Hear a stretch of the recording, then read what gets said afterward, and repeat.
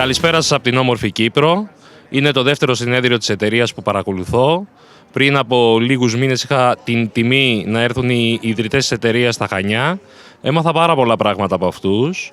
Ήρθα στο συνέδριο, νομίζω ότι θα ακούσω τα ίδια, αλλά είναι τα πράγματα τελείως διαφορετικά και κάθε φορά έχεις να μάθεις και κάτι καινούριο.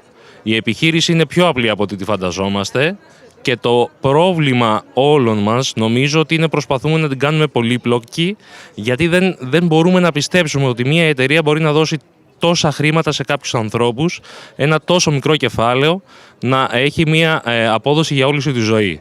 Αυτό που έχω να συστήσω σε όλο τον κόσμο είναι πριν απορρίψουν την οποιαδήποτε εντύπωση έχουν για αυτή την εταιρεία, να τη δουν από κοντά και να πάρουν συμβουλές από τους ανθρώπους που γνωρίζουν και έχουν πετύχει πάνω σε αυτό.